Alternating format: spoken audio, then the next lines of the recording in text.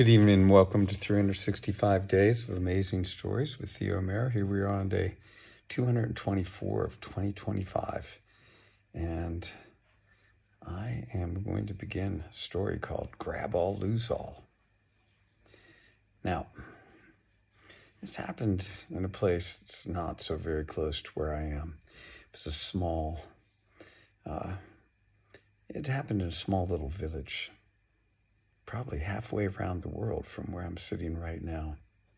There was a farmer and his family who lived in a quaint little place, growing food for themselves and other people.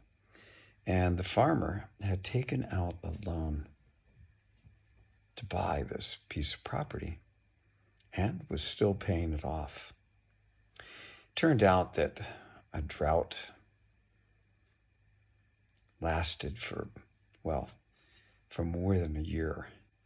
Rains just didn't come as they normally did, so it was hard to grow crops. Now, he lived close to a river, but even the river had grown quite dry. And in order to get water from the river to where his crops grew was a Herculean effort, and one which he had not undertaken.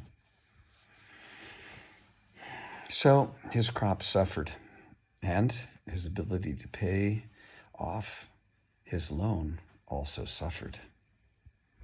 Now, as most banks and anyone who loans money does, they set themselves up for a situation in which they really can't lose.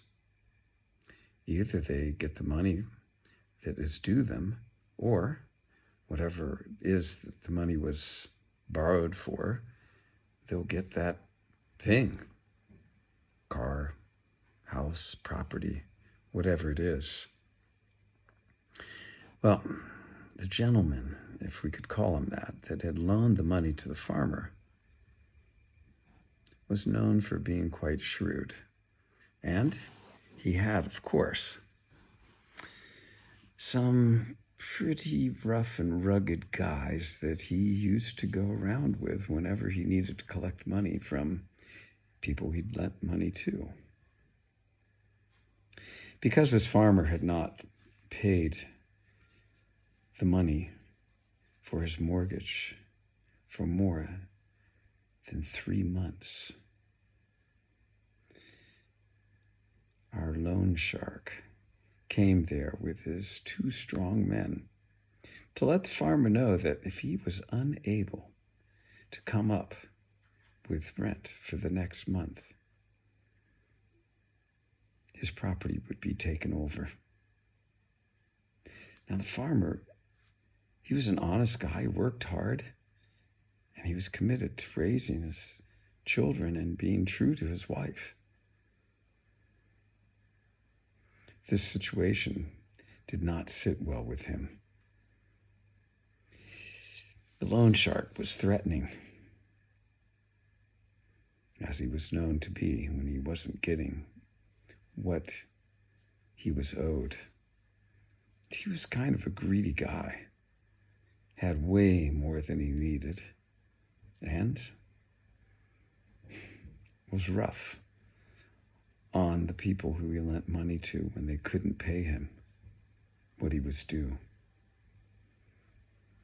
So the farmer was worried. It turned out that when he would get upset, when he had things that were really bothering him, he had a special place that he would go to sit and try to get some resolve. For now, I'm going to stop the story there.